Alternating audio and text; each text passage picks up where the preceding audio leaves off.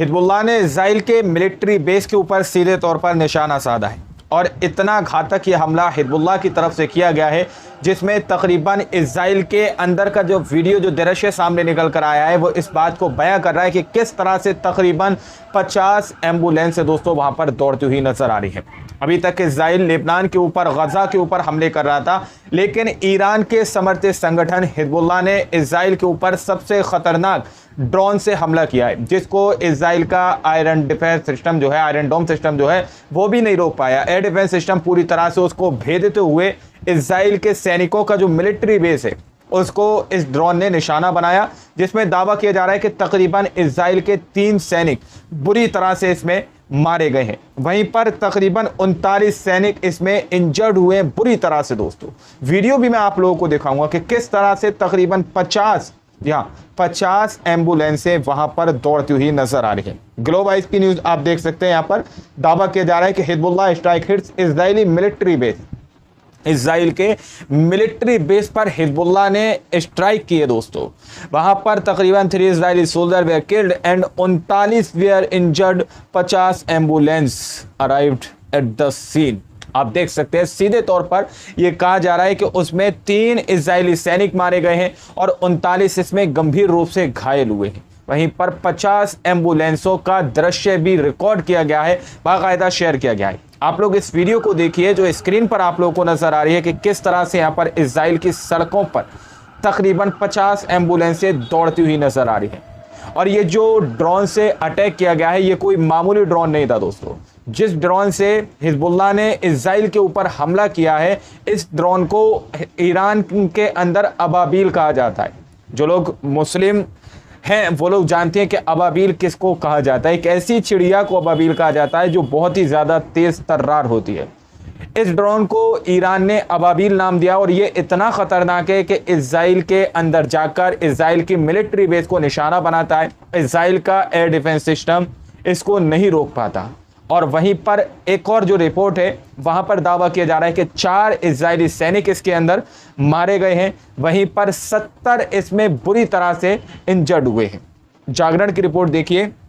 Israel पर Hezbollah का सबसे घातक ड्रोन हमला, मिलिट्री बेस को बनाया निशाना, 4 जवानों की मौत और 70 इसके अंदर बुरी तरह से दोस्तों घायल हुए हैं। और ये जो मैं आपसे बार बार कह रहा हूं कि ये इतना आसान वो नहीं है जो हमला किया गया है जिस ड्रोन के जरिए से। ड्रोन इतना खतरनाक है। टाइम्स ऑफ इजराइल ये एक बहुत बड़ा मीडिया हाउस है, इजराइल का सारी खबरें कवर करता है।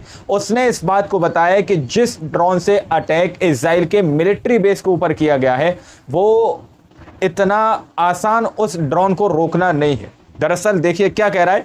टाइम्स ऑफ इजराइल की रिपोर्ट के मुताबिक हिजबुल्लाह ने अपने 2 आत्मघाती ड्रोन से हमला किया। ये ड्रोन समुद्र के रास्ते इजराइल में घुसे। ये हिजबुल्लाह के सबसे प्रमुख आत्मघाती मिरसाद ड्रोन थे। इन्हें ईरान में अबाबील टी के नाम से भी जाना जाता है दोस्तों। ये इतने आत्मघाती ड्रोन है। 2 ड्रोनों से हिजबुल्लाह ने इजराइल के ऊपर हमला किया और इजराइल के मिलिट्री बेस को निशाना बनाया, जो सफलतापूर्वक इजराइल के मिलिट्री बेस तक पहुंचे और वहां पर उस मिलिट्री बेस को निशाना बनाकर तकरीबन 4 इजराइल के सैनिकों को मौत के घाट उतार दिया। वहीं पर तकरीबन 70 इजराइल के सैनिक इसके अंदर गंभीर रूप से घायल हुए दोस्तों। इजरायली शोध संस्थान अल्मा सेंटर के मुताबिक हिजबुल्लाह का यह ड्रोन 120 किलोमीटर की रफ्तार से हमला करने की क्षमता रखता है। वहीं 370 किलोमीटर प्रति घंटे की अधिकतम गति से उड़ सकता है। इतना ही नहीं, 40 किलोग्राम तक विस्फोटक ले जाने में भी सक्षम है।